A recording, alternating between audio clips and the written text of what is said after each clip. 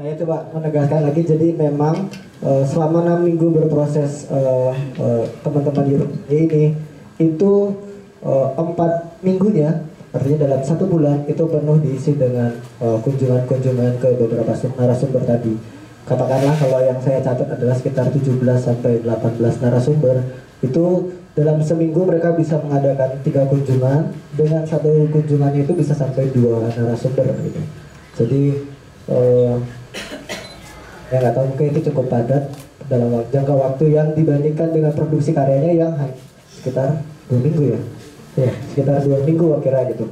Mungkin ini juga bisa jadi cerita dari teman-teman seniman Year of the Day, gimana mengelola bagaimana proses awal residensi mengikuti kunjungan-kunjungan itu, dan bagaimana akhirnya itu mempengaruhi teman-teman dalam menyiapkan produksi karya di pameran kali ini. Mungkin boleh saling bergantian bercerita sedikit tentang perjalanan mengikuti residensi.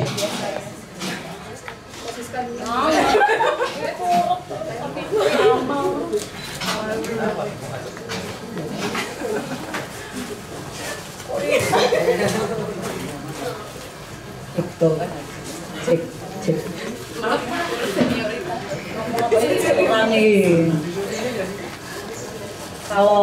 Kalau aku pribadi, aku udah dikabari cukup lama dari informasi residensi ini dari tahun kemarin, akhir tahun kemarin. Low battery, please charge. Apa tuh? Gimana sih?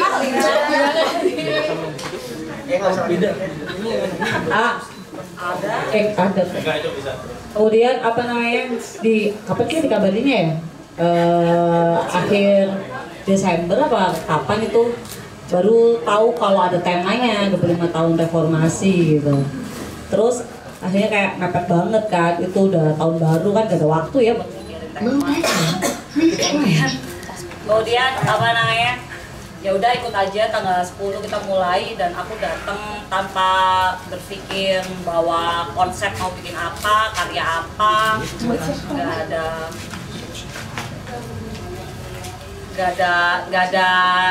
nggak ada apa yang aku bawa. Pengen bikin karya apa, outputnya apa belum aku pikirkan. Jadi aku ikutin aja selama 1 bulan, ketemu sama teman-teman yang semuanya memang baru aku kenal, teman-teman mes juga semuanya baru aku kenal semua.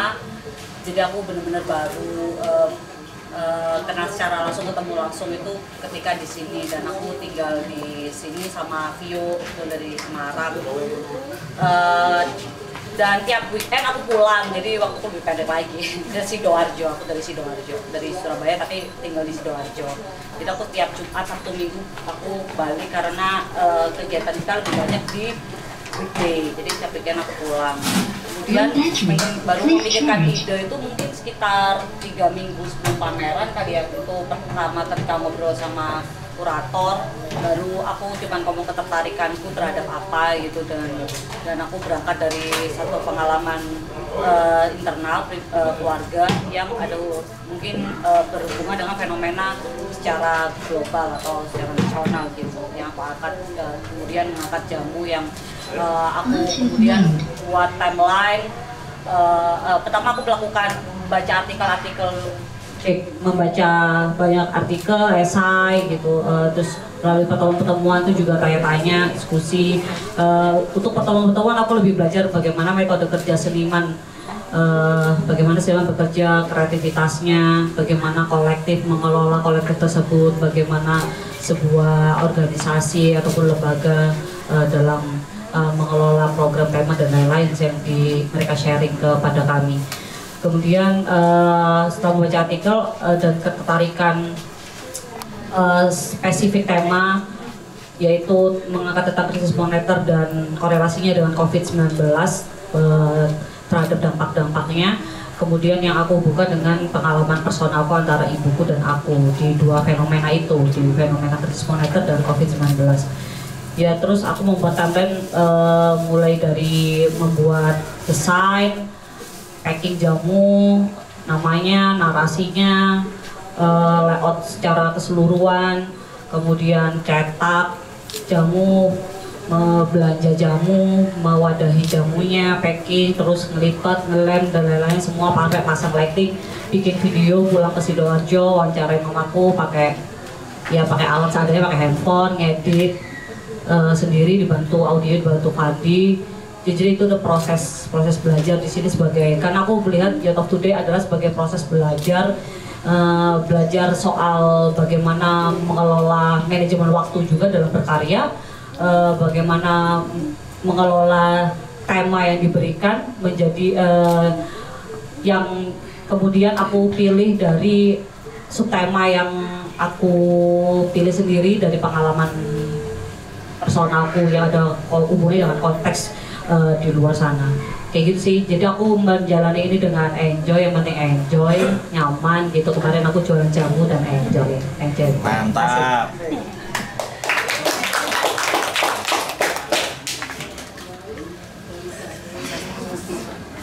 Sampai Halo, selamat sore semuanya. Salam kenal, namaku Fioni. Aku berasalnya dari Samarinda, tapi sudah pindah ke Semarang. Untuk pengalaman residensi ini tuh pengalaman pertamaku dalam berkesenian dan meneliti sesuatu. Terus untuk proses pengkaryaan itu tentu aja di link awalnya adalah residensi seperti Mbak Siska yang ternyata ada kabar terbarunya kalau harus ada pameran publik. Aku dikelilingi dengan teman-teman yang sering ikut pameran, tapi aku belum pernah pameran karena aku biasanya membantu aja atau menghandle event. Jadi ini adalah pengalaman yang benar-benar pertama banget buat aku. Proses berkarya, aku suka menulis, aku suka menggambar, aku juga membuat fanzine. Terus kemarin sempat ada beberapa hal yang menurut aku sangat menarik ketika aku residensi, karena tentunya ketemu teman-teman baru, lingkungan baru, dan juga harus berdinamika dengan orang baru. Di sini aku cukup merepotkan banyak orang yang baru aku kenal, sedangkan sebelum-sebelumnya aku sering bekerja sendiri atau dengan timku, jadi perasaan sungkan dan perasaan gak enak itu jadi sedikit meningkat waktu di Jogja ini begitu. Terus untuk residensinya kita kunjungan ke banyak banget tempat yang seru, menurut aku banyak insight, banyak input, banyak informasi yang dalam waktu yang cepat harus segera aku saring. Jadi setelah melihat tempat-tempat yang ada, aku mungkin mencoba untuk memakai metode kerjanya aja, karena ketika aku mencoba mengangkat isu-isu di luar aku, itu lumayan rumit buat aku, karena beberapa karya fanzine aku tuh berangkat dari diri sendiri. Soalnya sebelum kita bisa membantu orang lain, kita harus beres dulu sama diri sendiri begitu. Jadi untuk karya aku itu aku bikin zine dan audio, tentunya audionya dibantu sama Mas Fandi dan Mas Kaler, bisa dibaca sambil mendengarkan audio begitu. Dari aku begitu saja. Terima kasih.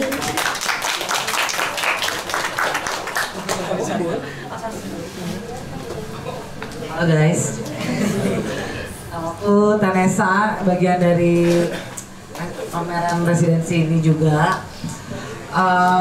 Proses berkaryaku ini ya sama sih, kita semua baru kenal juga sih, sampai ini kecuali Lingga ya. Aku juga sebenarnya baru pertama kali sih residensi dalam berkesenian ini, baru pertama kali gitu. Jadi kayak oh ini toh residensi itu gitu.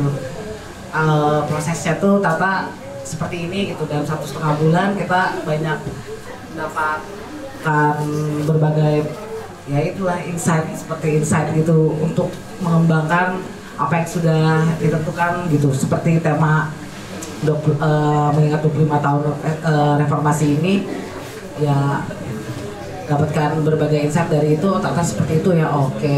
Dan sebenarnya tuh kalau aku mungkin berprosesnya untuk berkarya tuh nggak terlalu dengan apa ya, diri sendiri tuh ya nggak mencari dari diri sendiri gitu. Mungkin outputnya memakai misalnya seperti Barbie itu adalah kenangan dari 25 tahun yang lalu, tapi untuk konteksnya itu sendiri aku memang ngambil dari yang pernah ada gitu. Jadi dari situ memang agak sulit. Mungkin waktu itu juga ada beberapa ide yang tercetuskan, tapi ternyata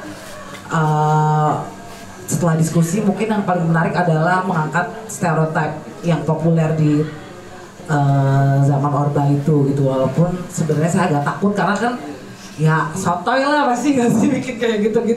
Secara kita nggak ngalamin, cuman riset terus ya nanya-nanya sama orang-orang yang pernah mengalami, juga cari-cari artikel sebanyak mungkin untuk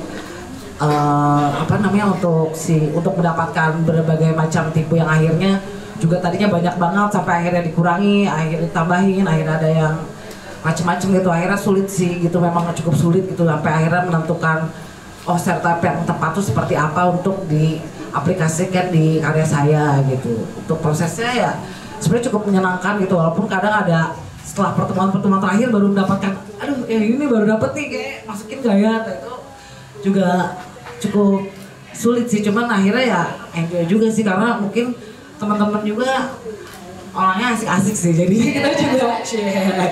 Jadi orangnya nyambung gitu, jadi enak gitu untuk kita, nggak ada tekanan, nggak ada apa, semua ya menyenangkan sih mengerjakannya gitu. Dan semua orang di MES dan semua yang lain juga membantu. Mbak Safitri juga membantu banget gitu, karena walaupun aku sempat skip misalnya keluar kota, tapi Mbak Safitri kita tetap chat-chatan dan tetap membantu hal itu, dan semuanya diajak diskusi juga mudah gitu. Menurut aku sangat menyenangkan, dan ya residensi seperti ngerjain tugas akhir sih, tugas akhir seni rupa ya tentu saja kayak gitu sih. Ya itu akhirnya aku memakai Barbie juga karena itu tadinya juga bingung, ada beberapa medium yang mau aku pakai gitu, kayak pakai ini, pakai itu, pakai kertas tak apa. Cuman akhirnya teringat masa kecilku tahun 98 itu suka banget main Barbie, dan kayaknya itu pengaplikasian yang paling tepat gitu untuk konteks saya yang akhirnya bisa dipamerkan tuh. Menurut aku paling tepat itu karena ya berhubungan juga, dan paling ideal menurut aku untuk dijadikan sebuah seperti fashion show atau display ya merchandising untuk si yang udah aku omongin gitu. Kayaknya sekian aja sih dari aku untuk prosesnya. Makasih ya guys. Silakan Giselle.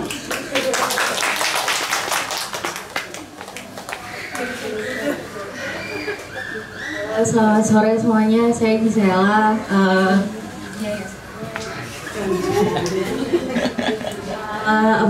Saya juga sebagai salah satu peserta residensi di MES di program Youth of Today ini.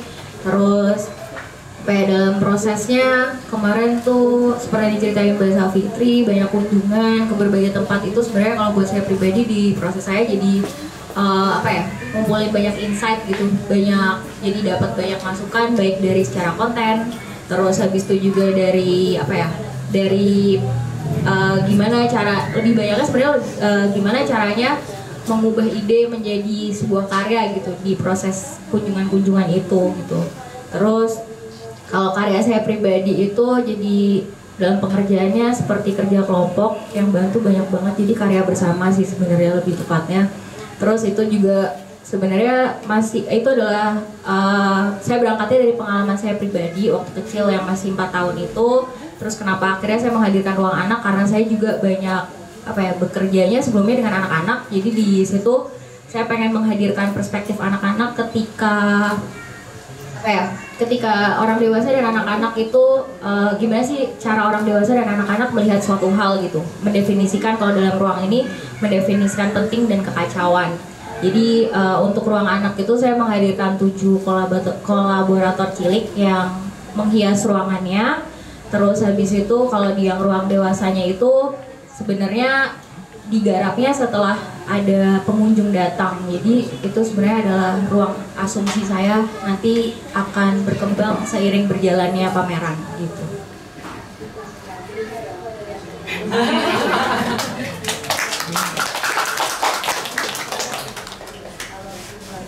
Ada ya? Halo, nama aku Amal. Karyaku yang di bioskop di sana. Kayaknya aku yang paling terakhir diajak Mas Dito itu Desember.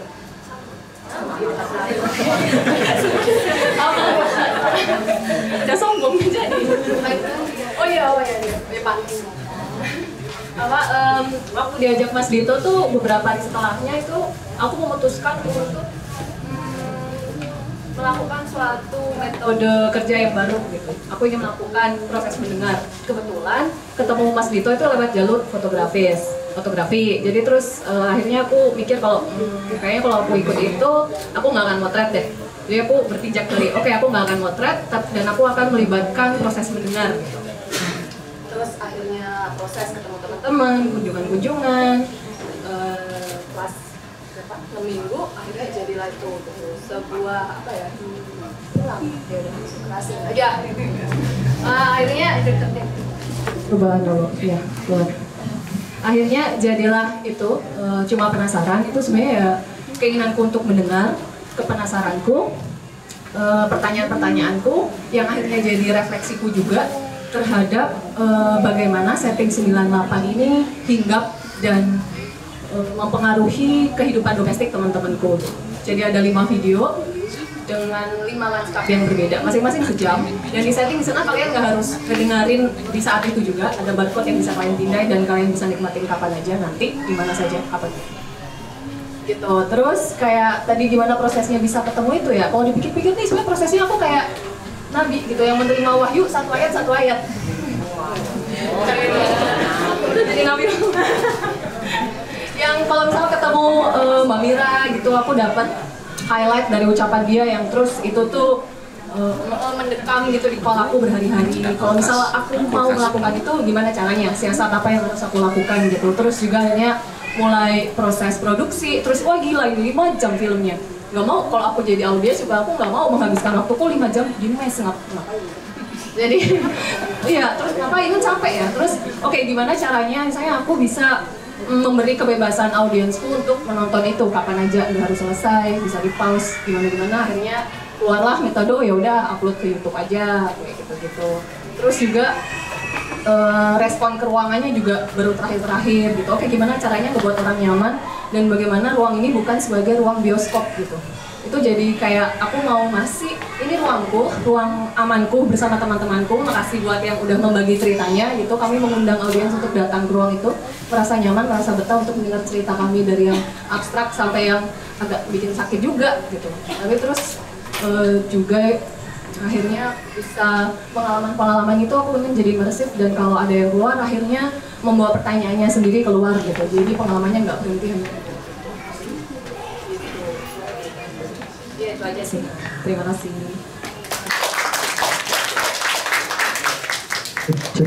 Oke, terima kasih teman-teman Youth of Today. Ya coba saya terpantik dari ucapan Mbak Amal yang terakhir tadi. Bagaimana akhirnya kemudian narasumber-narasumber yang dikunjungi atau yang diajak berdiskusi akhirnya mempengaruhi teman-teman berproses gitu. Misalkan katakanlah dari hampir belasan narasumber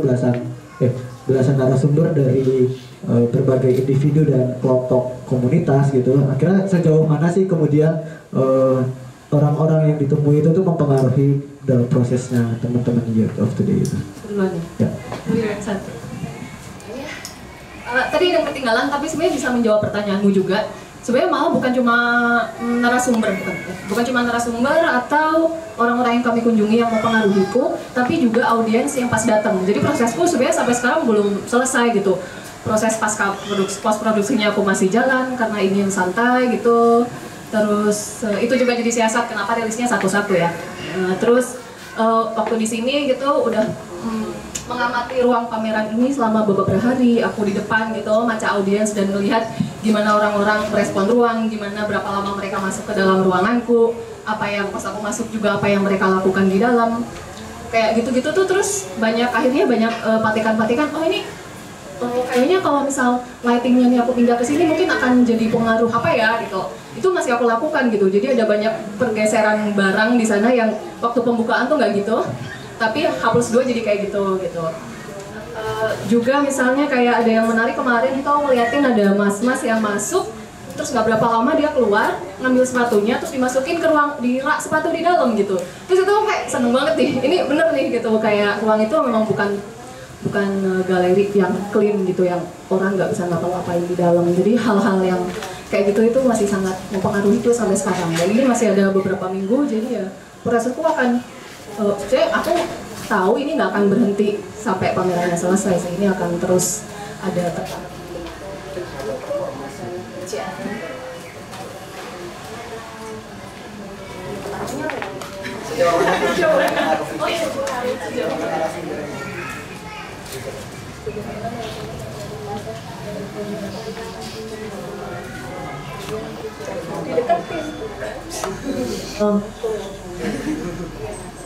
Sejauh mana narasumber mempengaruhi?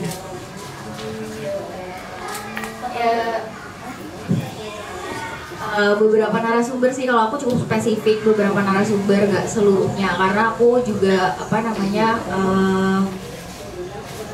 yang aku angkat gitu, kontenku karyanya itu kan melibatkan anak-anak gitu. Jadi sementara yang dikunjungi ini kecenderungannya berbicaranya itu sebagai orang dewasa.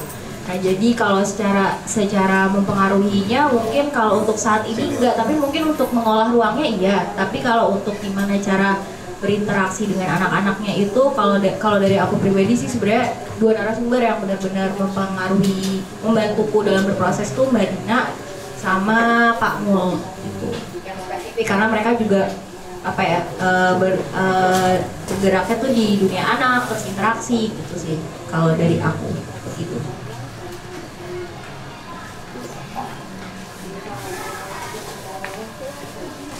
Oh, halo. Kalau buat aku untuk yang mempengaruhi, mungkin karena aku ngambilnya fashion ya, jadi sebenarnya semua tuh bisa mempengaruhi lah. Gimana aku mencari garis bawah dari antara yang dibicarakan tentang reformasi atau zaman-zaman sebelum reformasi itu. Jadi aku ambil dari situ sih, dari setiap narasumber. Aku ambil bagian-bagian kayak, oh ini mungkin bisa jadi bagian dari fashion itu sendiri gitu yang aku angkat sekarang ini. Jadi hampir semua narasumber cukup mempengaruhi sih. Walaupun ada yang beberapa spesifik karena memang kita banyak yang ngomongin ibuisme atau apa, itu cukup spesifik, tapi mostly mempengaruhi karena aku ambil beberapa yang kayaknya emang berhubungan dengan tema yang aku ambil untuk karyaku sendiri gitu. Jadi ya cukup mempengaruhi sih gitu. Jadi ya itulah, kayaknya udah gitu doang ya, ngomong apa lagi nih. Silakan. Tes. Oke. Kalau buat aku belajar untuk menyerap banyak informasi di berbagai tempat. Tapi sebelum jauh ke berbagai tempat itu, titik pertama setelah dari Insis kan ketemu sama Mbak Mira.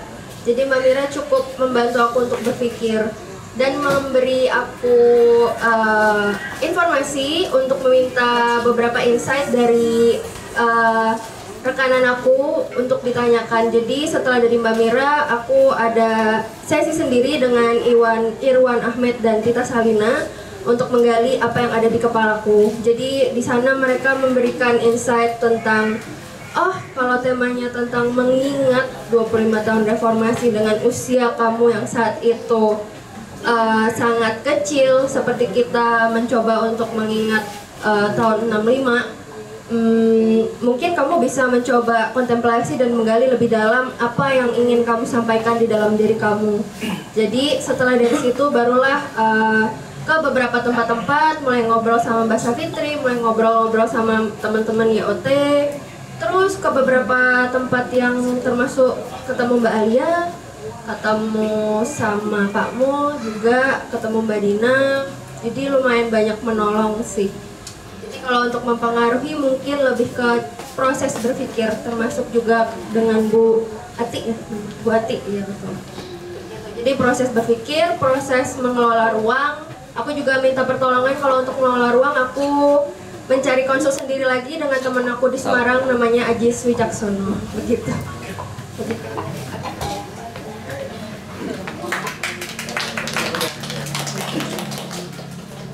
Ya kalau aku sih karena berangkat ke sini untuk ikutan YOT sebagai tempat aku berproses dan belajar,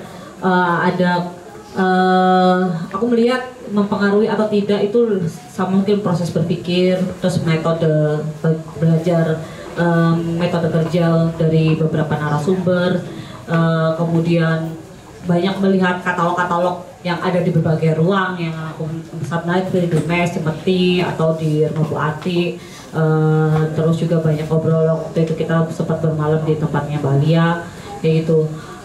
Dan aku melihat bahwa dalam proses YOT ini tidak hanya tujuanku tidak hanya untuk output dalam karya ini saja ya, tapi untuk jangka panjang setelah aku keluar dari selesai dalam program ini gitu. Jadi bisa untuk kedepannya yang sangat membantu aku nantinya, bukan hanya sebagai output dalam program ini saja, mungkin keberlanjutan lainnya seperti berjejaring, ketemu teman-teman lama yang ketemu lagi di sini gitu. Mungkin tidak hanya narasumber saja yang bisa yang membantu atau mempengaruhi dalam proses ini, tetapi juga teman-teman di dalam ruang MES 56 sendiri juga sangat membantu diskusi-diskusi secara bersama atau secara personal kayak gitu, itu juga cukup membantu dalam proses belajarku kali ini. Mungkin itu aja, terima kasih.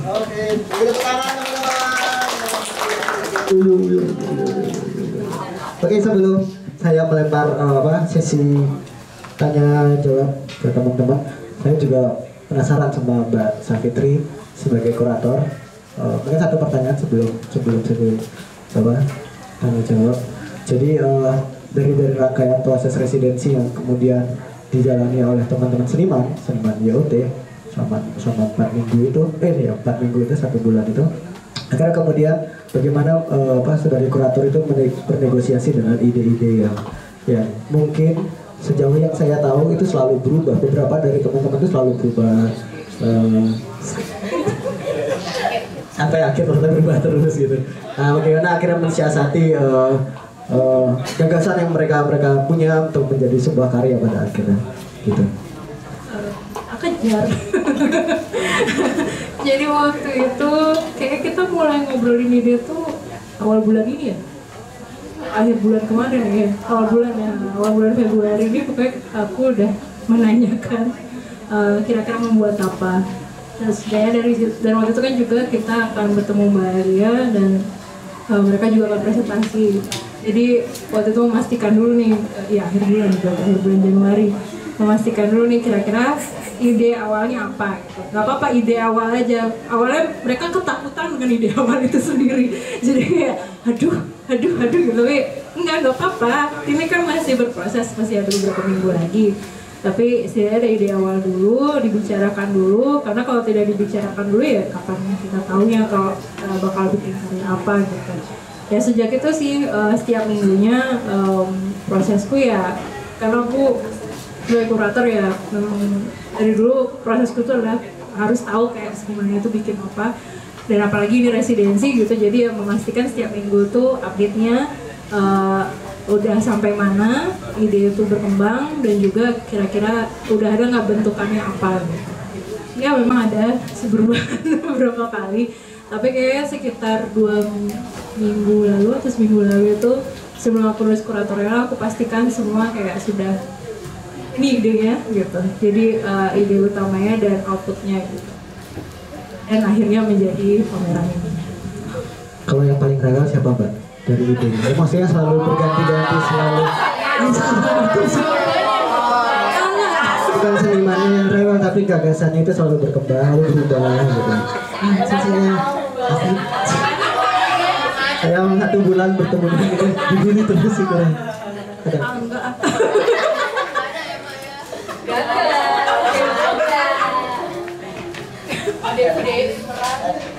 Kamu enggak? Kamu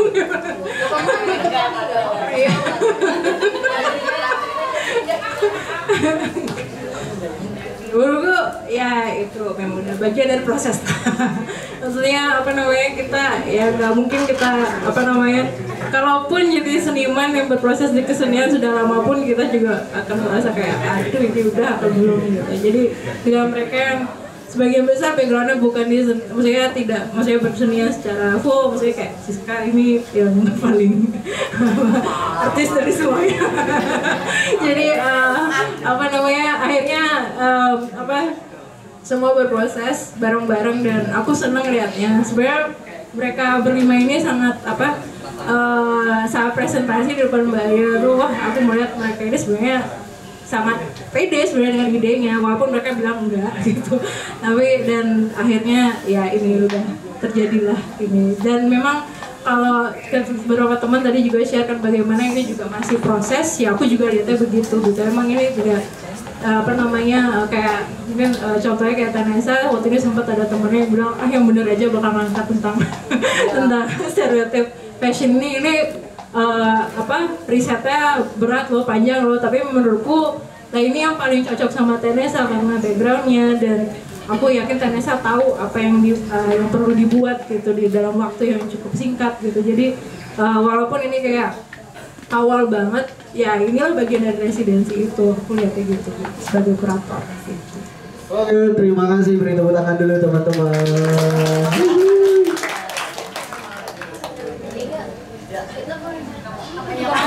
Ada saya moderator sini. Saya moderator. Oke, selanjutnya kita buka sesi tanya jawab dari teman-teman yang datang. Boleh memberikan,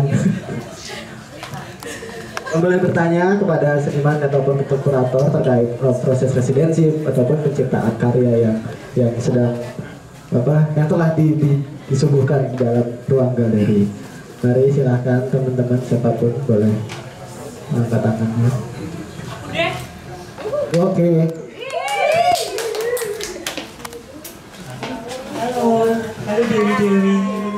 Aku senang banget karena ada pameran perempuan di festival yang menurutku maskulin banget. Nah, tapi kalian berlima ini sudah meretas maskulinitas di sini. Jadi aku menganggapnya ini nggak ngomongin feminin sama maskulin ya, karena semua individu pasti punya sisi itu gitu. Aku coba mencari. Jadi kalian tuh punya Aphrodite dalam diri kalian. Jadi Aphrodite itu dewi yang dia perempuan dan cantik banget, dan itu ada di kalian berlima. Itu apresiasi. Jadi nah itu dibawa di Mes 56, kan aku nggak berani nih ke Mes 56 karena cowok semua. Jadi karena itu dibawa di Mes 56, jadi terus wah menarik banget. Nah kemudian dari Aphrodite ini aku bahasannya tuh kalian cinta, terutama dari karyanya Fioni, karena kan itu keintiman di kamar. Itu gimana kamu, untuk Fioni itu gimana kamu menguraikan bahasa-bahasa yang dekat dan penuh kebersamaan itu ketika orang mendengarkan itu ceritanya gimana? Aku mencuri momen sama kamu dan Tanesa waktu itu gitu, dan aku juga mencuri momen sama Gisela. Tapi waktu itu kita mabuk ya, jadi aku mencuri momen juga. Dan juga aku mencuri momen juga sama Kak Siska karena dia jualan jamu. Dan Amal juga, terima kasih dressnya Amal, aku gak pakai dressnya. Jadi curian-curian momen itu ternyata wah karya Dewi gitu.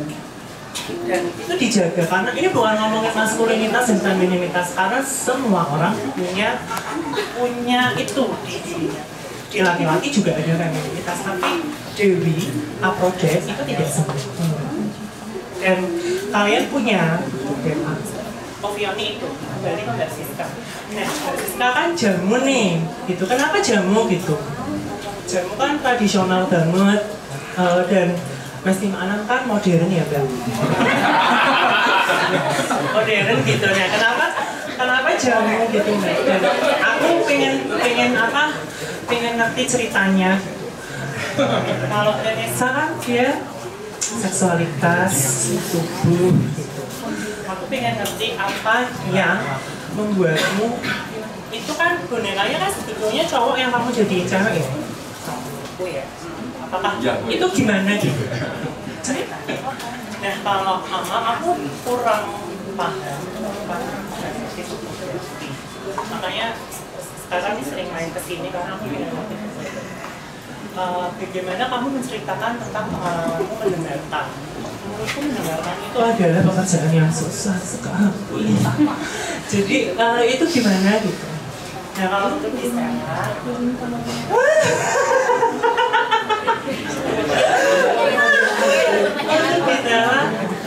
itu kan arena bermain anak-anak ya.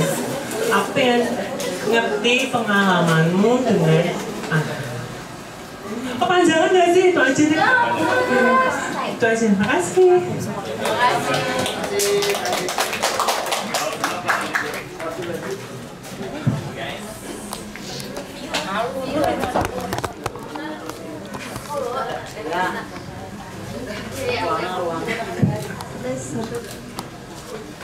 Halo, hai Jessica. Makasih udah bertanya. Sebenarnya kalau untuk ruang, template awalnya itu adalah meja dan kursi. Karena memang itu seperti yang ada biasanya aku di studioku. Terus waktu mencoba menghias ruangan lagi, aku sempat sedikit bertanya sama teman Gisel namanya Mas Martin, ada di sana. Dia memberi beberapa insight yang dia bilang ya udah tinggal di dekor aja mejanya sesuai dengan kamu gitu. Yang biasanya kamu kalau naruh barang, susun barang di meja nggak mikir kan katanya gitu. Ya aku nggak mikir dan kebetulan memang dindingnya boleh dicoret dengan alat tertentu yang sudah disepakati dengan ruang mes di mana. Jadi aku cuma menata apa yang ada seperti di studioku gitu. Terus untuk kata-kata yang ada di dinding maupun ada di buku, kalau untuk yang di fanzine-nya tentu aja itu kan bercerita. Tapi kalau yang ada di dinding memang itu adalah kalau yang ada di dinding sisi di bawah jam itu adalah beberapa kata yang aku bikin dan ada beberapa kata yang terus aku pegang sampai hari ini semenjak aku baca Alchemist dari Paul Coelho. Kalau buat yang dinding belakangnya itu memang beberapa tulisan yang udah sering aku tulis di sketchbook. Jadi aku punya sketchbook yang aku bawa kemana-mana, nggak cuma digambar tapi kadang aku juga tulisin entah itu quotes yang aku tiba-tiba nemu atau misalnya kata-kata yang pengen aku tulis gitu. Jadi aku cuma menyorakan apa yang ada di isi hatiku dan aku coba combine-kan dengan tema yang ada dan kan untuk fanzine aku tentang Journey of Solitude. Jadi gimana aku mencoba untuk mengambil kata-kata yang sesuai dengan si solitude itu. Gitu sih Jessica kira-kira kalau ada yang mau tanyakan lagi. Terima kasih.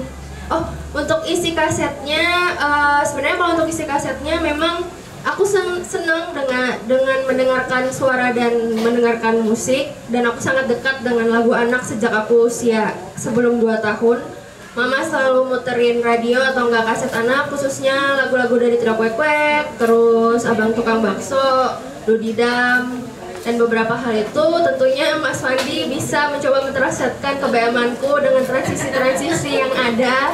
Itu dia lumayan agak gitu ya sama aku karena agak banyak mau aku termasuk juga ada input-inputan suara kayak suara Es Krim Walls, terus suara Susu Murni Nasional tuh aku denger juga dulu. Sebenarnya ada beberapa pilihan lagi seperti Bakpao Mega Jaya, terus Campina, cuman itu nggak aku masukin. Terus untuk beberapa suara-suara lainnya itu dibantu dengan Dek Serai, anak dari Mas Edwin Roseno. Yang ada beberapa kalimat seperti kenapa sih aku harus sendirian gitu, terima kasih sudah mendengarkan gitu-gitu. Itu memang karena sampai hari ini tuh aku masih menjaga inner childku dan serai bisa untuk mentranslatekan apa yang aku mau gitu. Jadi itu sangat membantu banget. Terus untuk backsound suara-suara itu MIDI dari GarageBand. Emang ada beberapa suara piano yang memang aku mainkan dan aku record, tapi itu yang udah lama, stok lama kalau untuk suara-suara pianonya. Dan aku coba untuk katukat. Nah, untuk yang suara-suara itu memang udah aku coba aku urutkan sendiri sih, mana yang aku mau, mana yang cocok dan mana yang sesuai. Kalau untuk kuncinya tentu aja aku kebanyakan pakai kunci mayor kayak C, D, E, G gitu. Kadang-kadang ada A minor sih dikit sama D minor karena aku kurang suka musik yang minor-minor gitu. Gitu sih. Yang menor-menor. Terima kasih. Oke, terima kasih Jessica. Sebenarnya konsepnya ada di dinding sih. Tapi aku cerita, ini adalah pengalaman mamaku berjualan jamu ketika 96 gitu ya, menjelang reformasi gitu. Tapi sebelum aku menentukan jamu, aku punya dua hal yang aku tertarik soal medium yang aku ceritakan ke kurator. Tapi sebelumnya aku hanya mau membaca artikel, esai, atau ngobrol, kemudian aku mengumpulkan kata kunci yang ada aku tempel di dinding studio kami. Itu kata kunci, kemudian aku menemukan bahwa di era krisis moneter 98 dan di era COVID-19 ada semacam kesamaan dampak gitu kan. Rupiah anjlok, harga rupiah anjlok mendekati 17.000 itu ada di tahun itu, di dua periode itu, di dua krisis tersebut, yaitu krisis moneter dan di COVID-19. Kemudian aku melihat dampak-dampaknya itu apa aja. Aku membaca artikel, salah satunya ada kayak salah banyaknya ada kayak PHK, pengangguran, bahan pokok naik. Terhadap perempuan juga sangat berdampak seperti kekerasan, perceraian kayak gitu. Nah itu fenomena secara global atau secara nasional. Kemudian aku melihat di era itu, periode itu di krisis moneter, mamaku berjualan jamu untuk sebagai ibu untuk membantu penopang ekonomi keluarga. Kemudian di era COVID yang merupakan satu era terberat dalam hidupku, yang kemudian aku menjadi generasi sandwich, yang aku menjadi penopang ekonomi keluarga. Dua momen itu menjadi seperti ada sejarah yang berulang antara Indonesia sendiri atau secara global juga terhadap yang terjadi di dalam keluargaku. Kemudian mamaku yang berjualan jamu 15 tahun sampai aku awal kuliah, coba aku angkat. Dari ini foto yang ada di depan itu adalah kami lupa itu di tahun berapa, di 90-an akhir, yang kemudian aku menjadi acuan visual dan aku membuat jamu ini. Dan ketika aku jalan-jalan ke Pasar Beringharjo sama Tiara, aku melihat di sana kayak nggak relate sama yang jamu-jamunya ada di Surabaya. Karena ini kan warung jamunya dulu mamaku di Surabaya.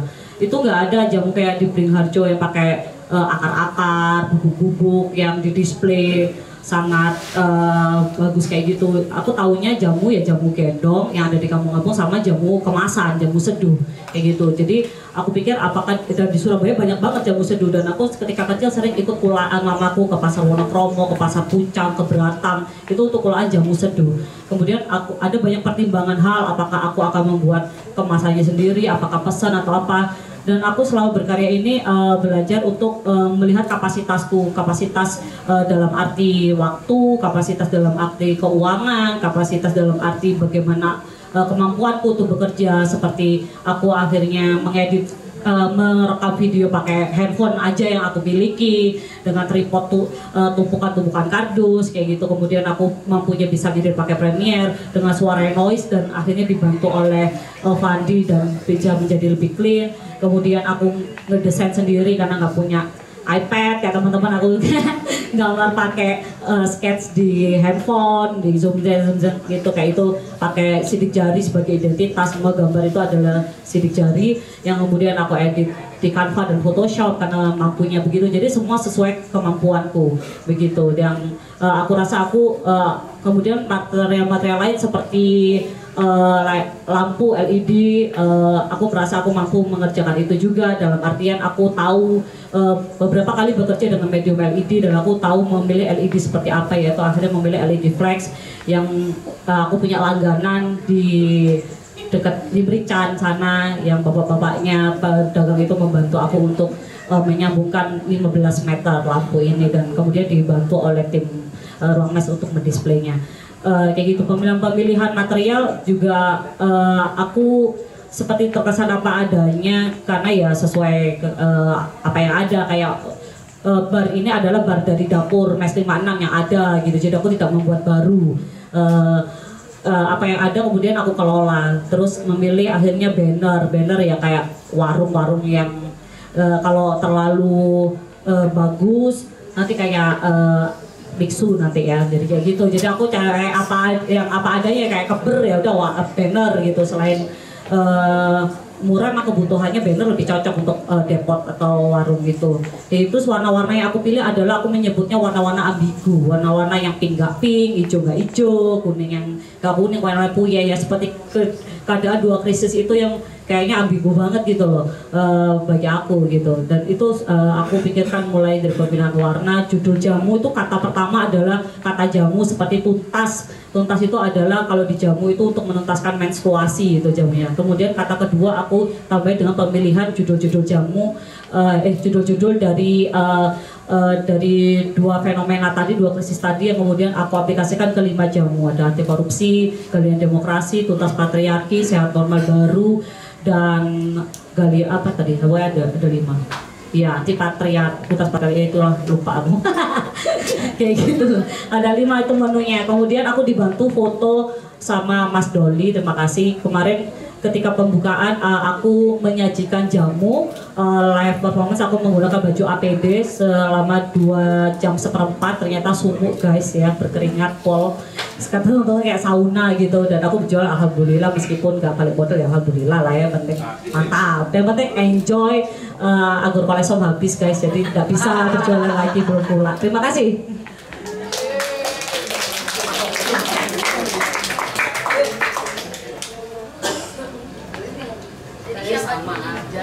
Sama aja Pak, mau berurutan.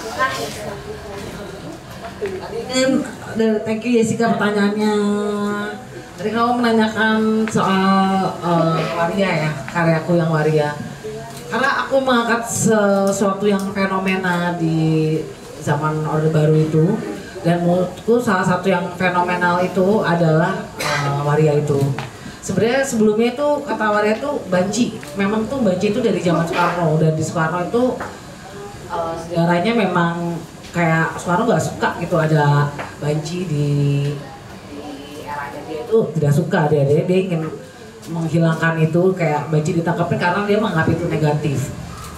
Tapi malah di saat Orde Baru itu berubah gitu, malah jadi lebih positif gitu banci, dan akhirnya dirubah, sempat jadi wadam, itu namanya Adam dan Hawa jadi wadam, tapi akhirnya dirubah lagi tahun 70 jadi waria gitu, wanita pria. Dan sebenarnya itu juga karena gubernur Jakarta Ali Sadikin tahun 60-70 lah kalau nggak salah itu. Nah, Ali Sadikin itu kayak mau mendengarkan sih, waria tuh maunya gimana sih, dia mendengarkan dan dia mengangkat waria menjadi bisa setara dengan orang-orang lainnya gitu di saat itu tuh. Dan maksudnya terus saat itu juga diajak bicara, dan karena yang kita tahu kan sebenarnya waria tuh nggak selalu negatif di pandangan orang gitu, walaupun dia punya preferensi yang berbeda di antara heteroseksual yang lainnya gitu. Dan saat itu mereka pun udah mulai menaik gitu di berbagai macam profesi seperti makeup artist lah, entertaining, terus juga di fashion design segala macam, dan diangkat lah. Makanya di saat Orba itu kita melihat dengan wajar gitu, seperti di sinetron atau di acara-acara TV itu kita melihat itu dengan wajar gitu. Dan itu menurut aku wajar, menurut aku sangat baik untuk diangkat di tema yang aku ambil ini, di ide yang aku ambil ini, karena ya mereka adalah bagian dari evolusinya Indonesia juga gitu. Jadi sangat harus banget diangkat gitu di temaku ini gitu. Dan walaupun mungkin tahun 2015-2016 ada masanya yang orang nggak suka gitu, mungkin karena Islam fanatik jadinya mereka nggak suka dengan adanya waria di antara kita. Tapi kan sekarang kita semakin lebih positif lagi gitu, semakin orang lebih terbuka lagi, open minded dan segala macem. Dan mungkin kenapa nggak dianggap kok cewek yang jadi cowok nggak ada, tapi karena cewek jadi cowok mungkin lebih minoritas lagi dan tidak menonjol dan tidak menjadi fenomena di Indonesia gitu. Makanya aku angkat yang benar-benar fenomena ya, seperti menjadi stereotip gitu. Dan memang dan waktu aku kecil tahun 90-an itu di dekat rumahku tuh memang ada salon waria gitu, dan mereka tuh semua waria hampir di Bandung itu terkumpulnya di dekat rumahku itu. Jadi aku tuh udah biasa dengan mereka gitu, dan aku seneng dengan mereka dan aku ngerasa ya mereka ingin menonjol gitu, tapi walaupun menonjol mereka juga ingin diterima, dan kita pun di lingkunganku ya kita fine aja dengan hal itu. Dan menurut aku ya itu salah satu fenomena yang ada di Indonesia dan sejarahnya begitu panjang, sehingga sampai saat ini mungkin orang walaupun ada yang tetap nggak suka, tetap apapun itu tetap aja, tapi tetap aja lah bagian dari itulah yang aku ambil gitu, dari fenomena itu, dan itu sangat penting untuk seorang tahu gitu. Oke, itu aja, makasih, cukup menjawab kan Jessica?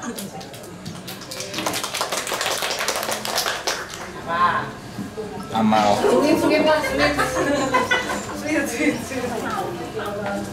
Dari mana ya? Saya mendengarkan juga sulit banget, banyak tantangannya. Salah satunya adalah kita sering lupa. Aku sering lupa gitu. Kalau habis dekat tuh pasti 5 detik kemudian hilang gitu.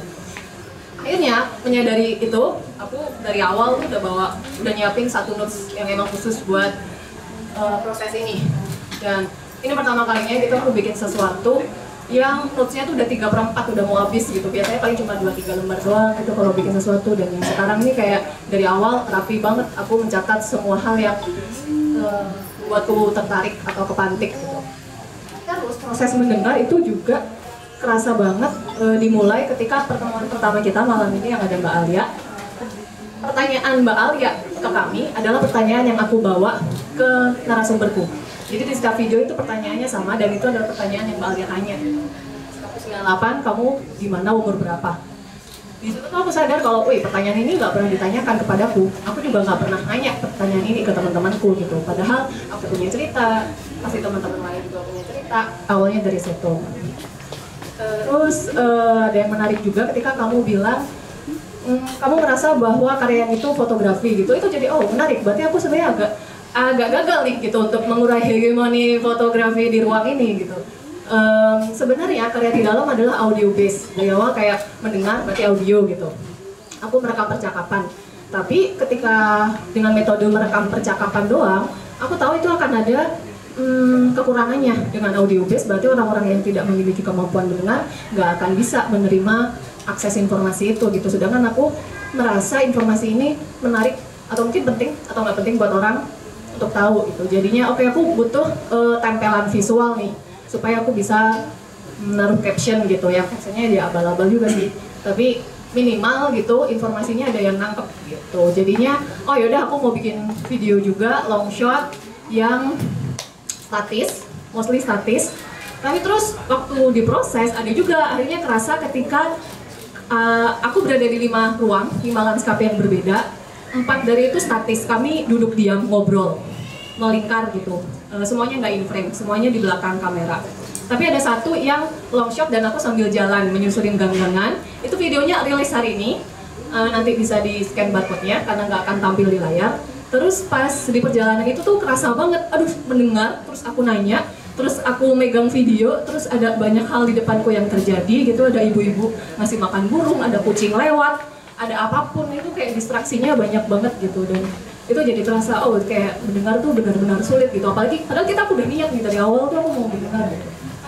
Kayak gitu sih, jadi yang gitu nyampe sini juga proses yang tadi dimulai dari mendengar Mbak Alia, nyampe sini juga masih aku lakukan gitu. Ketika aku punya pertanyaan, aku nggak ngerti teknis nih gimana caranya aku ngedit video, ngedit audio, merubah ruang bioskop itu jadi ruang yang aku inginkan, itu jalurnya sangat teknikal dan aku tahu aku malas melakukannya dan sedikit nggak jago juga gitu. Akhirnya soal yang audio video aku jadi kerja bareng sama beberapa anggota muda MES, Mas Fandi dan Kakak Edi. Aku di proses itu juga mendengarkan pendapat mereka gitu, nggak yang aku mau kayak gini tok gitu, nggak kayak menurutmu ini gimana ya, soalnya aku baru pertama kali melakukan ini oke nggak, ini suaranya terlalu keras nggak, backgroundnya kayak gimana nggak, itu masih terjadi proses itu. Dan juga ketika proses kayak bertanya ini gimana ya, aku punya intensi ini, terus gimana caranya aku mensiasati supaya videonya ini bisa efektif gitu didengar.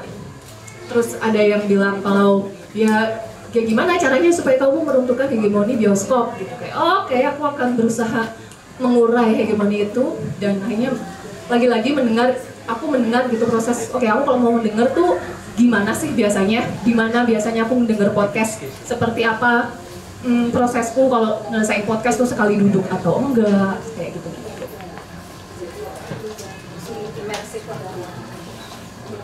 Terima kasih Mas.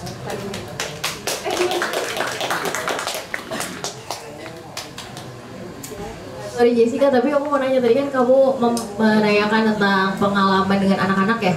Pengalaman yang ditanyakan tuh pengalaman sebelum atau saat proses ini?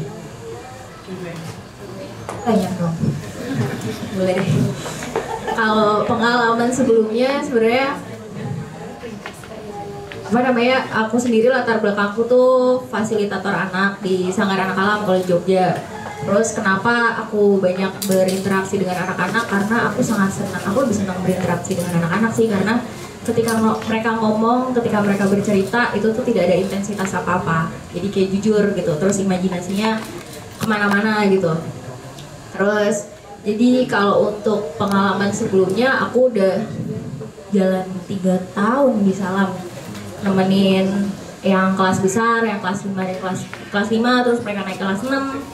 Terus setelah sudah 2 tahun kita emang nggak boleh ngikutin kelas itu lagi, jadi terus aku turun jadi kelas 2 gitu.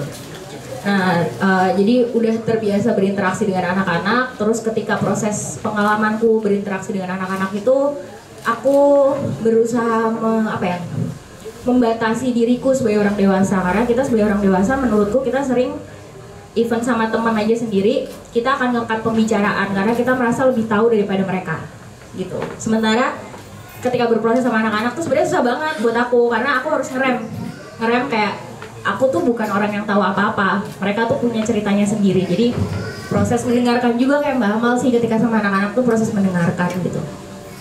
Terus jadi kenapa terus akhirnya aku kesini, terus di EOT ini aku membawa anak-anak, itu tuh berangkat, mungkin ini jadi cerita dikit tentang karya ya, berangkat dari pengalamanku ketika ngomongin 98 tuh kalian ngapain sih gitu.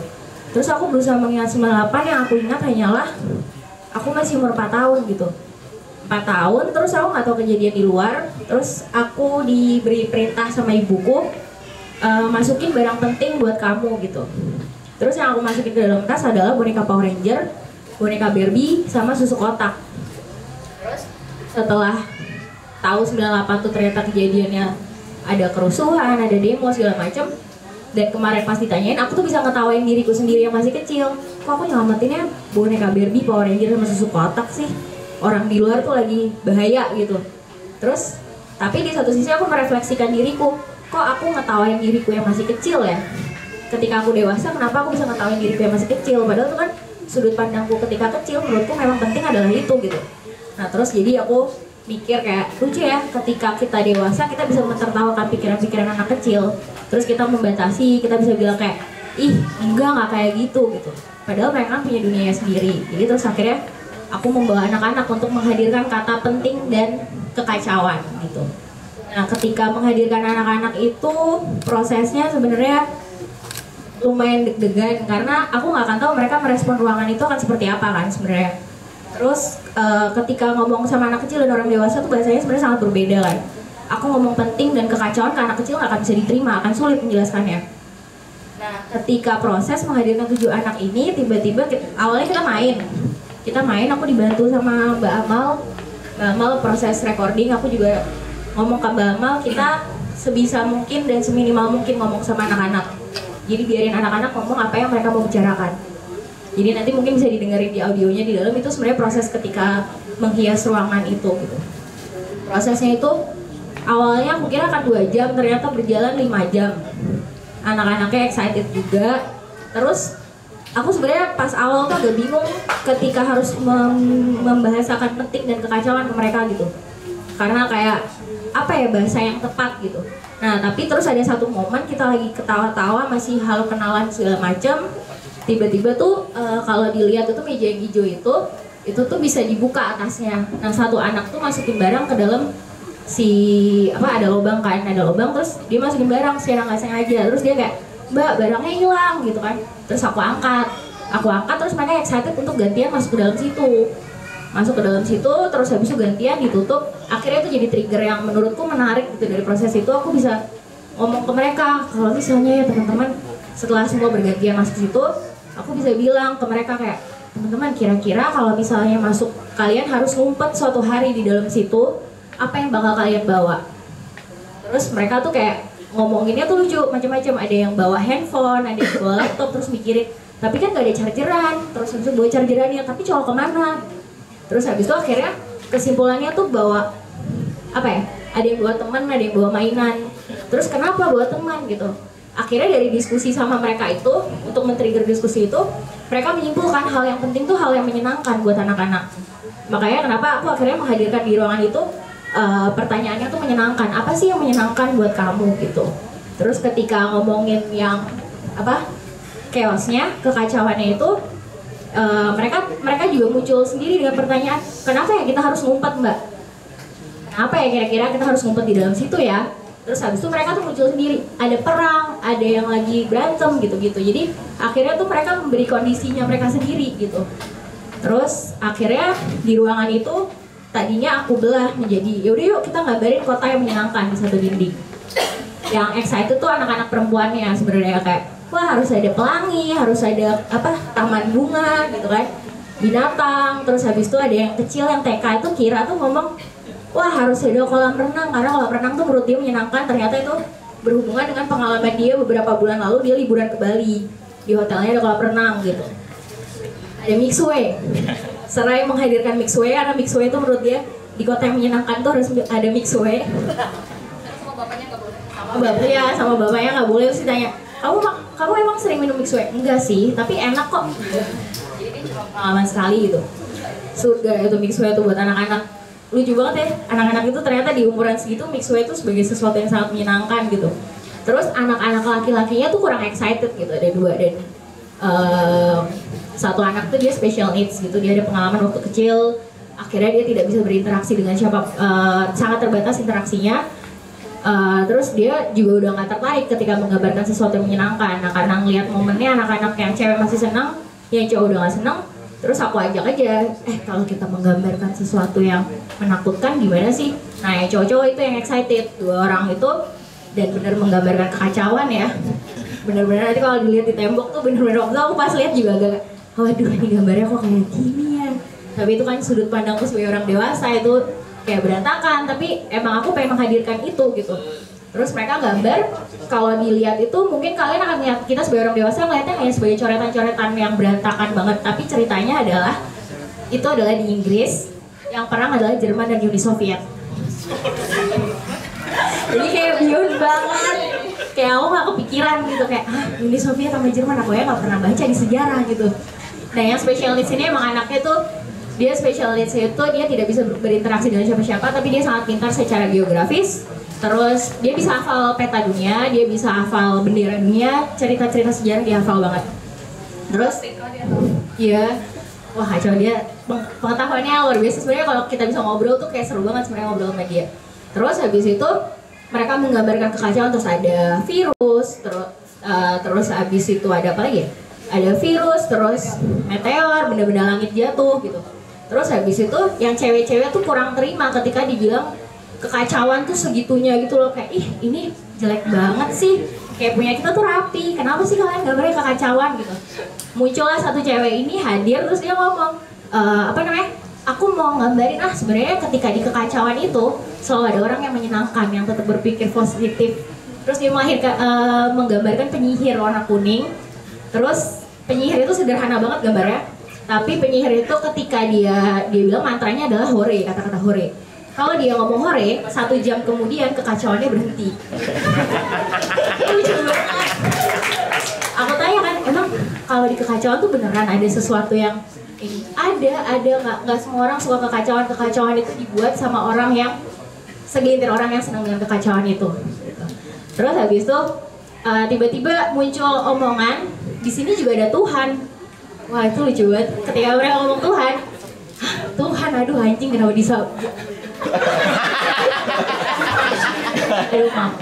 aduh kenapa sih disambunginnya sama Tuhan gitu, karena aku sendiri bingung ketika mereka membicarakan Tuhan gitu. Tapi lucunya interaksinya mereka sendiri, mereka akhirnya menarasikan Tuhan tuh aku akhirnya menjawabnya cuma Tuhan tuh gimana sih emangnya gitu.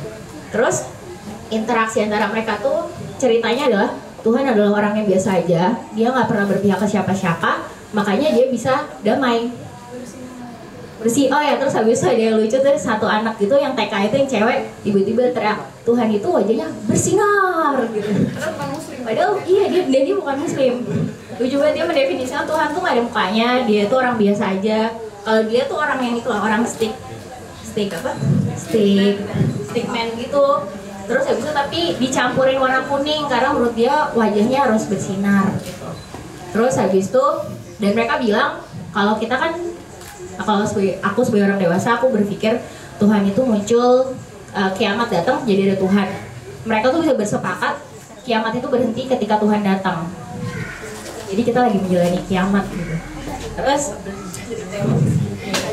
habis itu dan di proses itu menurutku yang menarik adalah ketika aku membedakan kota yang menyenangkan dan menyeramkan, kondisi yang menyenangkan dan menyeramkan, mereka itu bridging sendiri. Menurut mereka tidak ada kota menyenangkan dan kekacauan itu adalah sebuah gabungan, sebuah proses. Jadi kalau bisa dilihat di temboknya di pojokannya itu ada jembatan, terus habis itu ada tulisan selamat datang di kedua sisi. Jadi di mana orang-orang dari kota menyenangkan itu akan datang untuk nolongin orang yang di kekacauan, dan orang kekacauan tuh juga capek, nggak semuanya senang dengan kekacauan, jadi mereka harus boleh disambut di kota yang menyenangkan. Dan di jembatan yang di kota menyenangkan di tulisan selamat datangnya tuh tiba-tiba digambarin kebun bunga sama pelangi, karena katanya mereka orang-orang di kekacauan itu udah capek sama kekacauan, perjalanannya untuk ke kota menyenangkan tuh jauh, jadi dia harus disambut dengan sesuatu yang menyenangkan. Terus banyak ya 1 menit lagi dan terakhir apa namanya yang sangat excited menggambarkan kekacauan, yang ngomongin perang Inggris dan Uni Soviet, perang Jerman dan Uni Soviet di Inggris itu. Di satu momen dia lelah sendiri menggambarkan kekacauan, tiba-tiba tuh dia tuh asik di pojokan. Kalau kita baru masuk, dia di pojokan kanan itu, dia gambar di situ. Ketika yang lain lanjutin kekacauan, dia pindah ke situ. Terus loh kok nggak dilanjutin? Kamu gambar apa? Tanya gitu. Dia jawabnya, iya sebenarnya di kekacauan itu nggak semuanya kacau sih mbak, ada yang aman-aman aja. Itu Libya kata dia. Di situ dia membangun rumah. Terus orangnya itu sendirian, katanya punya 50 domba tapi yang dilepas cukup 20 karena kalau ngurusin 50 capek. Terus dia adalah orang muslim, jadi dibikinin masjid. Terus temennya tiba-tiba nimbrung. Terus dia tuh bersahabat itu dua anak itu cowok itu. Terus temennya nimbrung, ceritanya gambar gereja di sebelahnya masjid persis. Terus habis itu, oh berarti aku harus gambarin rumah juga, aku tinggalnya kan berdua. Jadi anak kecil tuh pikirannya sangat harmonis dan dia kolektif guys. Itu sih pengalamannya Jessica. Mungkin nanti kalau mau dengerin lebih lanjut bisa di dalam ruangan dan dengerin ceritanya anak-anaknya secara langsung. Tapi terus menarik di kata-kata anak, ungkapan mereka soal barang-barang penting gitu. Tapi mungkin karena perbedaan umur juga ya. Pas mereka bilang barang-barang primer sebenarnya mereka bawa itu. Kasur, kasur, makanan, lab, HP, gitu, dompet. Jadi yang kayak, oke, ini yang menurut kita nih, iya berubah juga gitu. Ternyata mereka sudah bisa mengenali apa kebutuhan primer mereka. Oke, terima kasih. Aduh, saya masih apa sih? Tadi katanya mbak dia mau ngomong. Ya begitulah. Oke, tadi kan Mbak Savitri mau kasih. Ini ada pertanyaan dari Anonymous. Gak bisa nanya apa ya? Apa panjang banget nih. Terlepas dari tema yang cukup unsur teman-teman Siman terjemahkan dalam Korea, tapi kalau coba berangkat dari tema itu sendiri, pertama, setelah proses residensi ini, gimana teman-teman melihat dalam tanda kutip jarak antara kalian dengan reformasi itu sendiri? Semakin dekat, semakin jauh, tersesat atau gimana? Nomor 2, kalau ada orang bilang dan tanda kutip lupa itu adalah anugerah, gimana temuan kalian tentang proses dan kesadaran tentang dalam kutip mengingat itu sendiri? Apa jangan-jangan ada yang memang perlu dilupakan, tapi gimana nentuin mana yang diingat? Oke. khususnya tentang narasi kalian sendiri atau bahkan tentang reformasi?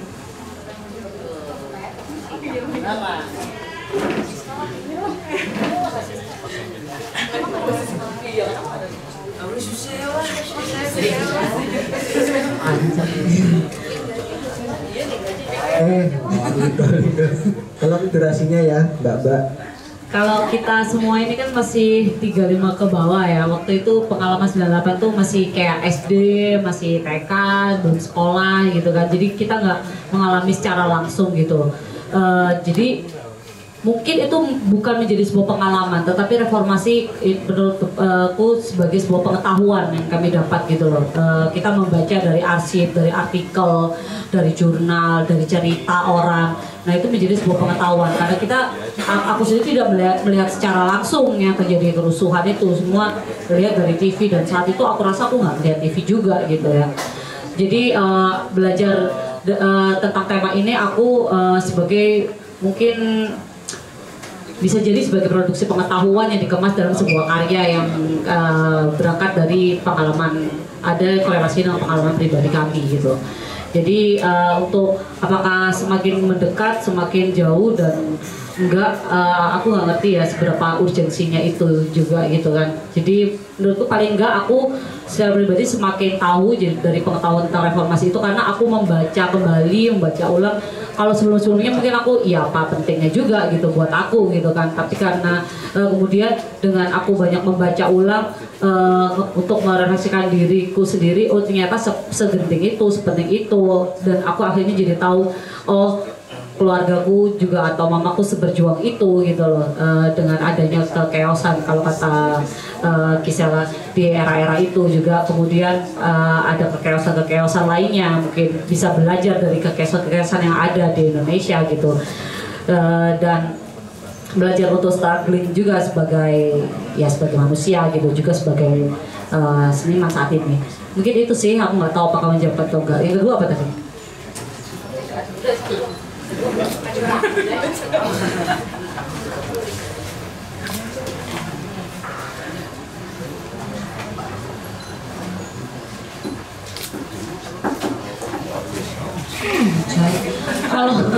Kalau melupakan atau enggak, aku juga salah satu tipikal orang yang lupa gitu ya, sampai aku pernah membuat catatan mencatat lupa gitu karena saking aku seringnya lupa gitu kan.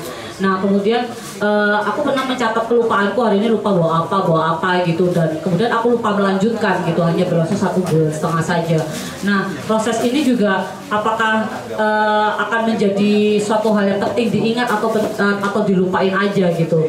Kenyataannya ketika aku membaca beberapa artikel setiap tahun dirayakan terus aku berpikir apa pentingnya gitu dirayakan terus ya gitu kan.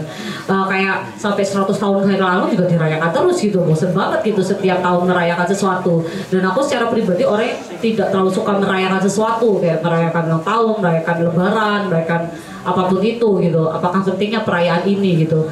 Kemudian karena aku sebagai seniman yang karyaku banyak berangkat dari hal ya tentang gender dan perempuan, kemudian aku melihat ini sebagai sebuah tantangan untuk tema yang diberikan, sehingga aku bisa berpikir lebih kreatif lagi, lebih kritis lagi dengan sesuatu yang ternyata ini mungkin bukan diselebrasikan, tetapi penting untuk selalu diingat karena sebuah momentum yang cukup memberikan pengaruh dan dampak semuanya, tidak hanya pada saat itu tetapi juga pada saat ini kami sebagai orang yang hanya mendapatkan sisa-sisa arsip dan pengetahuannya saja tentang reformasi.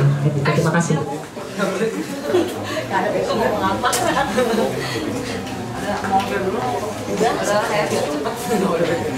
Kalau buat kita lihat kan apa sih jarak kayak tadi itu ya, makin ada berjarak ya kayaknya enggak juga sih ya, kayaknya udah terlewati dan masih bersisa sampai sekarang ya nggak ada jarak sih menurut aku sih. Baca lagi lah.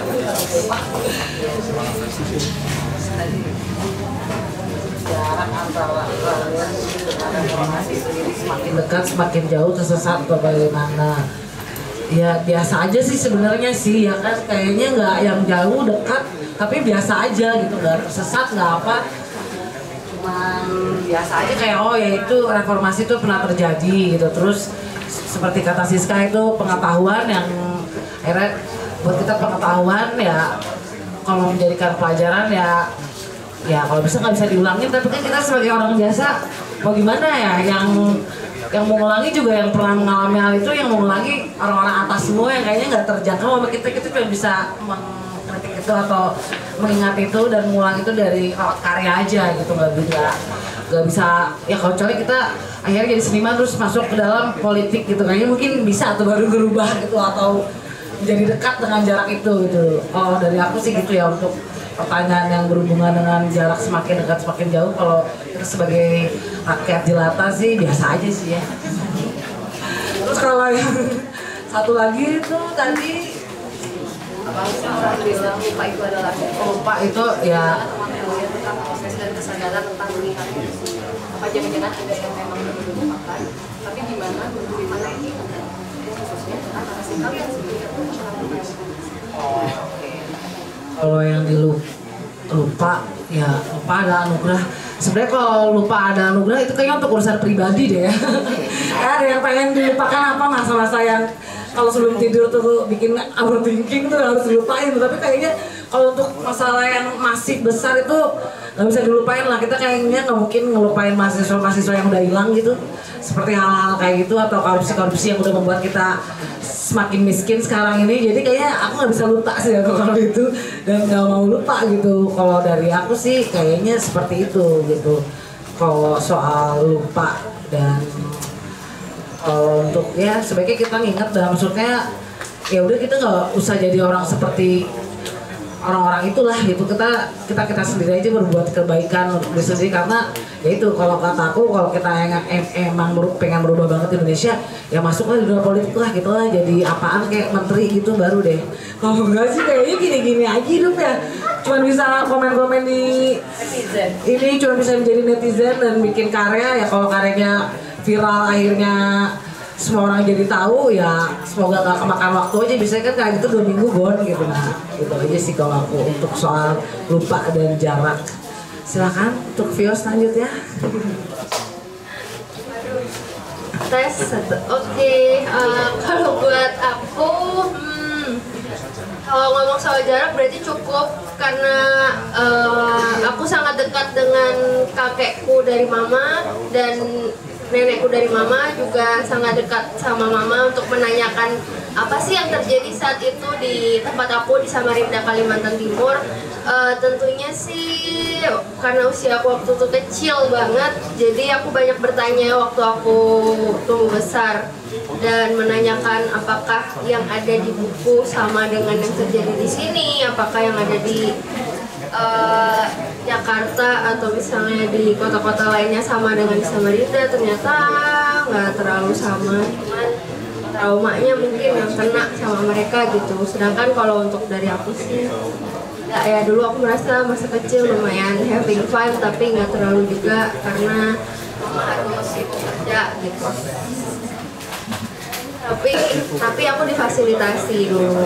Terus itu untuk jarak. Terus kalau soal untuk lupa adalah anugerah, buat aku lupa adalah petaka. Karena aku sangat suka untuk mengingat, dan apa yang aku tuliskan di fanzine itu adalah ingatan yang detail, dan aku coba confirm ke mama. Jawabannya adalah valid, yang hilang cuma satu ingatan kecil sebelum aku sadar aku ada di Surabaya waktu itu. Terus kalau untuk mengingat, menurut aku perlu untuk mengingat banyak hal, karena siapa kita hari ini tuh nggak akan terlepas dari apa yang terjadi dari atas kita maupun apa yang terjadi sama kita di masa lalu. Gitu sih kalau dari aku. Terima kasih. Ayo Gisel. Kalau nggak Gisel 3 menit saja cukup ya.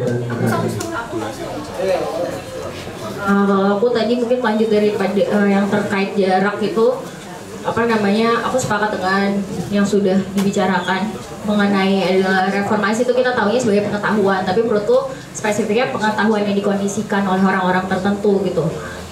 Jadi ketika ada residensi ini, terus habis itu ketemu dengan banyak narasumber, terus habis itu sebenarnya tak hanya narasumber, menurutku ketika mendapat tema ini, terus habis itu kita main di mes gitu, terus kita saling bertukar cerita tuh, banyak cerita yang rasanya tuh kayak dihilangkan. Terus jadi aku rasanya mungkin saat ini menjadi lebih dekat dengan cerita teman-teman gitu. Karena aku kan mayoritas banget ya Chinese dan Katolik gitu. Terus yang aku tahu itu tentang reformasi itu semuanya mengenai gimana Chinese dan kaum minoritas tuh kenapa-napa. Tapi ternyata ketika mulai itu dan aku nggak pernah membicarakan itu gitu. Dan ketika dibicarakan, ketika ngobrol sama teman-teman, itu tuh nggak cuma perkara kaum minoritas gitu. Itu tuh semua juga terkena dampaknya. Tinggal perkara kamu berkuasa atau tidak gitu. Terus tadi kedua apa?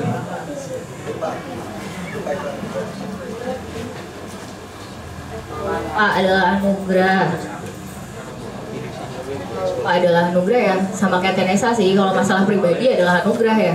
Tapi kalau misalnya terkait sesuatu terus habis itu ngomongin reformasi mungkin ya, cerita ngomonginnya negara dan bala-bala itu ya bukan anugerah sih, itu sesuatu yang harus tidak dilupakan tapi bukan juga selalu dikenang-kenang dan diglorifikasi. Kalau aku sih gitu sih, berubah aja jadi lebih baik gitu, bukan untuk dituin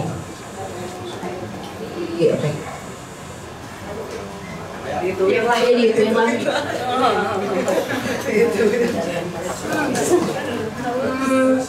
Kalau buat personal aku sendiri, aku merasa sangat berjarak karena setiap orang yang terus nanya ke aku, ini kalian mau ngomongin apa? Reformasi.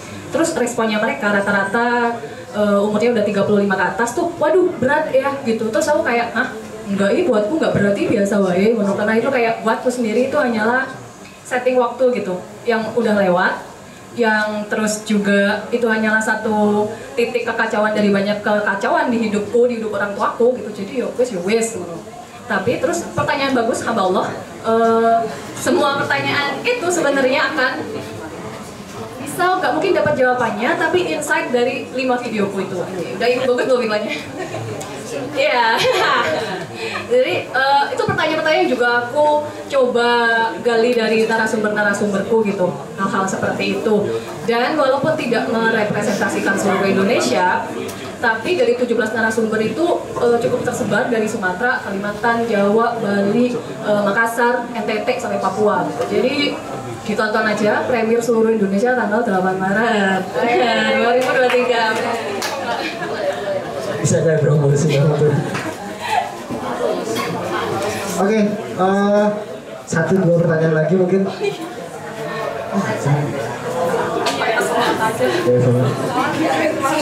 Ya pelan-pelan ngomongnya pelan-pelan. Oke, silakan dari teman-teman, ada yang mau memberikan pertanyaan, tanggapan juga nggak apa-apa. Ada.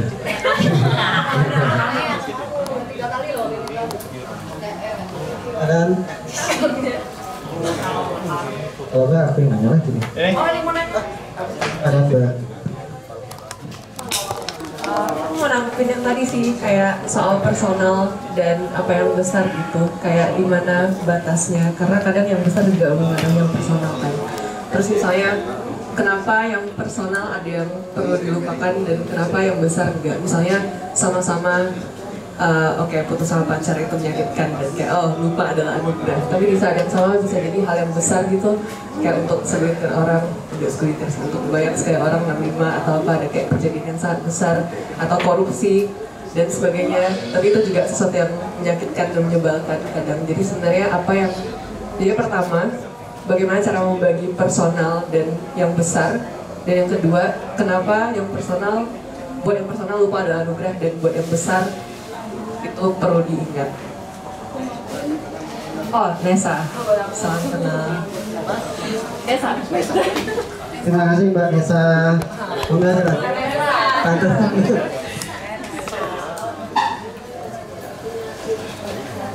Karena yang personal tuh mungkin ya hal-hal memalukan, hal atau yang aku sesali, tapi kan itu nggak berhubungan dengan orang banyak dan sebenarnya nggak merugikan orang lain, tapi mungkin merugikan diri sendiri gitu. Makanya ingin lupa gitu, kalau bisa merugikan diri sendiri. Dan tapi kan orang lain sebenarnya nggak ke impact, cuman buat diri sendiri tuh impact mungkin ke karir atau apa, karena hal-hal yang mungkin memalukan gitu. Tapi kalau hal yang besar gitu mungkin ya misalnya kayak peristiwa 65 atau peristiwa 98, banyak yang justru mungkin mereka pengennya lupa gitu karena ya traumatis gitu, mereka inginnya lupa traumatis, tapi ya mungkin mungkin untuk mereka traumatis ya wajar, tapi tetap aja traumatis itu mungkin harus dihadapi, tapi mungkin dibantu sama orang sekitarnya mungkin yang mengungkapkan ceritanya atau apa, nggak harus orang itunya, nggak usah orang yang korbannya atau apanya lah gitu, tapi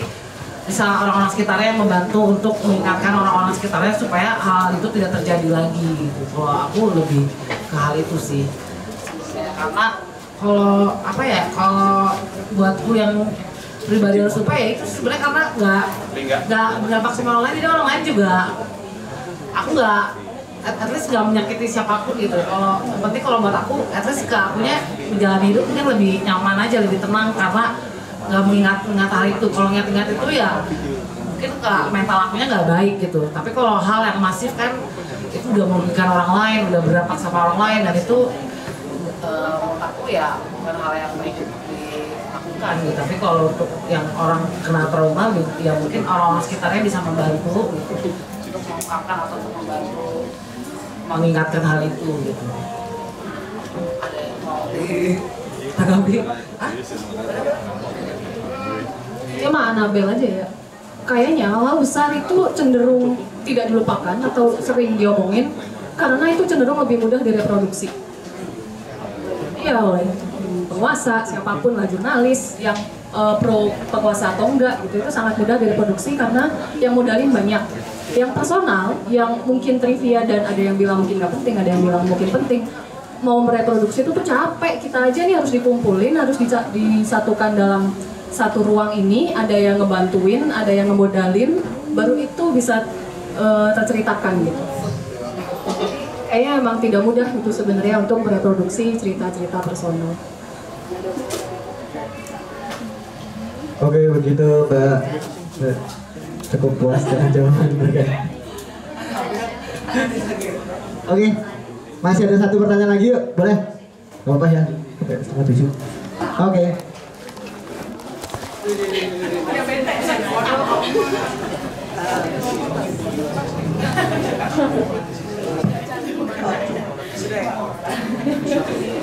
Halo, terus oke. Saya Astrid, saya masih utang sama kalian sih sebenarnya untuk ketemu ya. Sebentar. Ya tapi mungkin sedikit aja mungkin aku nambahin ya, maksudnya aku banyak tergelitik gitu. Perbedaan umur ini jalan gak sih? Oke. Perbedaan umur aku dengan kalian mungkin hanya jaraknya 5 tahun, tapi ingatan aku sangat berbeda tentang 98 gitu. Jadi waktu itu aku di Bogor dan Jakarta hanya 60 kilo gitu. Dan aku tahu orang-orang seperti aku mengalami apa di Jakarta. Karena mungkin pada waktu itu berbeda dengan kalian yang waktu itu anak-anak gitu ya. Aku sudah punya kesadaran tubuh yang remaja.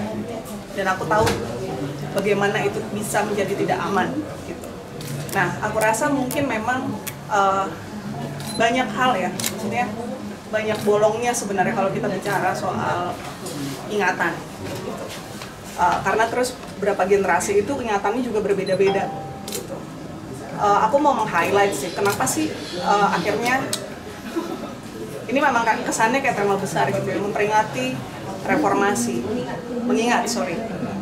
tapi tadi mengingat reformasi ini menjadi berbeda ketika itu memperingati. Lalu juga kita bicara tadi, Siska ada poin soal perayaan gitu.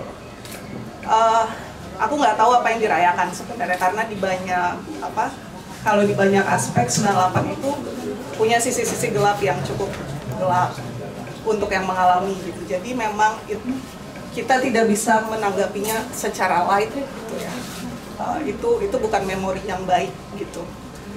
Tapi kalau dalam sejarah gitu ya, selalu ada satu siklus kita baru bisa berbicara mungkin setelah 30 tahun gitu.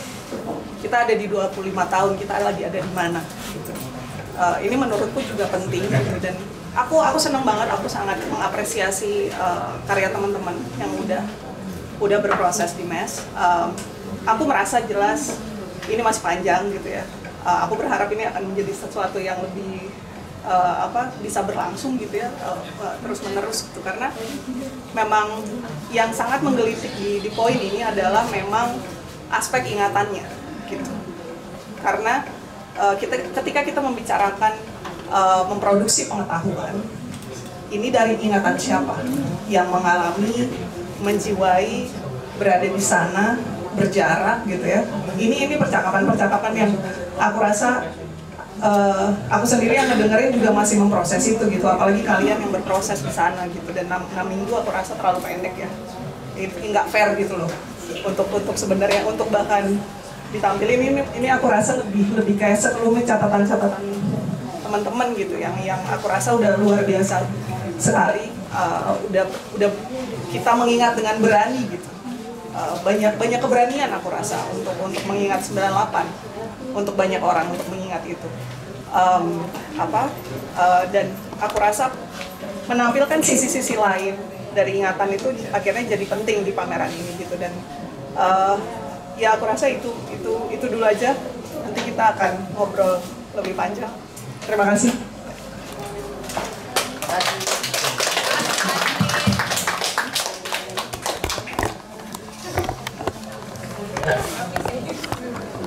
Tadi tanggapan teman-teman dari seniman ada mau menanggapi? Ya, boleh. Coba. Iya, karena aku juga menyadari bahwa kalau waktu sesingkat ini tuh nggak fair juga buat aku untuk menampilkan sesuatu yang utuh gitu. Karena banyak hal banget, terus fokusnya yang mau dibicarain juga apa, juga bingung juga, padahal aku juga sangat berjarak gitu. Aku mayoritas, aku tidak di Jakarta, ada banyak hal yang bolong. Makanya terus kayak oke, prosesku adalah dengan menghadirkan metode risetku aja gitu. Dan dari situ akhirnya banyak dari 17 narasumber itu banyak banget yang terus akhirnya buatku sendiri juga menjadi hal yang reflektif gitu, yang orang tuanya waktu itu mungkin jadinya sekarang seumuran kami, seumuran Mbak di 30 sampai 35 gitu. Setelah aku bertanya sama mereka, dan waktu itu mereka nggak tahu jawabannya gitu, aku juga bertanya bagaimana pengalaman orang tua mereka, apakah orang tua mereka mengalami itu jadi aktor ataukah terdampak langsung atau tidak gitu. Ada yang merasa, ada yang terdampak langsung, ada yang dia sangat sebenarnya secara kalau orang bilang korban gitu peranakan terdampak gitu, tapi ternyata orang tuanya tidak mentularkan perasaan krisis itu gitu. Ada juga yang terus dia kayak nggak pernah tanya juga sama orang, ingatan itu mungkin hanya dihilangkan ya dari rumah ya, kayak udah bener gitu, kita ngomongin yang baik-baik aja, yang nggak enak tuh nggak usah dibahas deh gitu. Dan setelah aku bertanya gitu sama mereka bilang ke aku kalau akhirnya mereka bertanya kepada orang tuanya gitu, lu kamu gimana ya Pak gitu, kalian gimana ya Pak. Dan sebenarnya proses itu akhirnya aku seneng banget gitu, akhirnya kayak kita kembali nggak fokus ke narasi-narasi besar itu yang berat juga kalau mungkin memang buat beberapa orang dibincangkan gitu. Akhirnya kita bertanya kepada sejarah kita sendiri gitu, di rumah kita sendiri apa yang terjadi, karena mau nggak mau itu reformasi sangat panjang, pasca reformasi lebih panjang lagi gitu, sampai sekarang juga masih kerasa gitu, pemilu segala macam. Dan aku ingin tahu gitu soal kepada teman-temanku bagaimana mereka menghadapi itu, hal-hal yang reformasinya itu mungkin nggak kerasa tapi ranting-rantingnya ini kerasa sampai sekarang, bagaimana mereka merefleksi itu ke dalam ruang personalnya. Jadi itu makanya bisa panjang karena terus prosesku ke teman-temanku juga. Terima kasih Mbak Amal. Oke.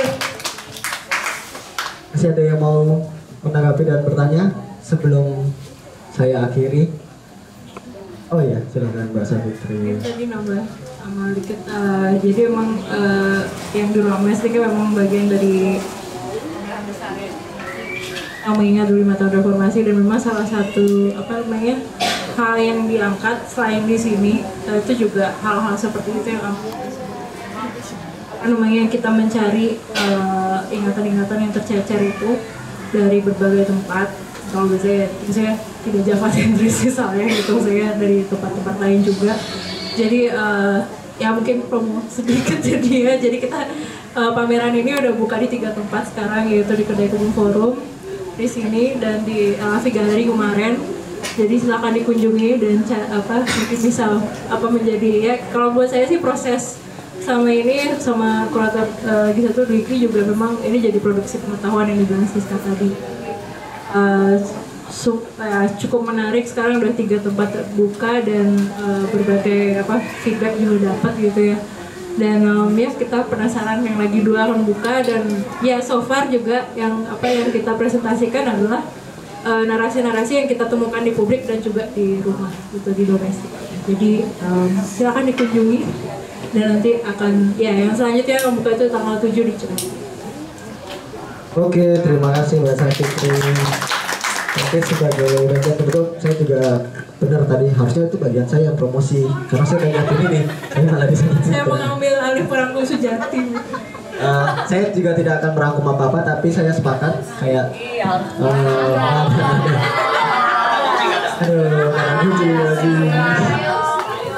jadi emang benar seperti yang Mbak Savitri bilang, pun menimpali seperti yang Mbak Astrid katakan bahwa ini adalah juga sebagai produksi ingatan siapapun gitu.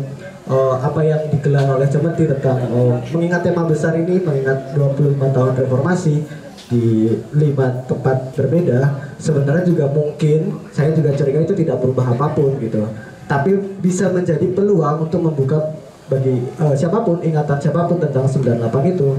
Dan ketika saya berproses sama teman-teman di YOT juga di sini pun juga saya akhirnya di satu waktu saya bertemu dengan Bapak dan menanyakan apa memori Bapak waktu 98, dan waktu itu Bapak masih di Jakarta, akhirnya bercerita, dan itu saya juga akhirnya mungkin secara tidak langsung pameran ini tidak berdampak apa-apa, tapi ternyata secara personal dan keluarga saya dan orang tua saya itu saya kira membuka, ternyata kalau Bapak waktu itu seperti ini. Oke, berarti saya waktu 98 baru 1 tahun, saya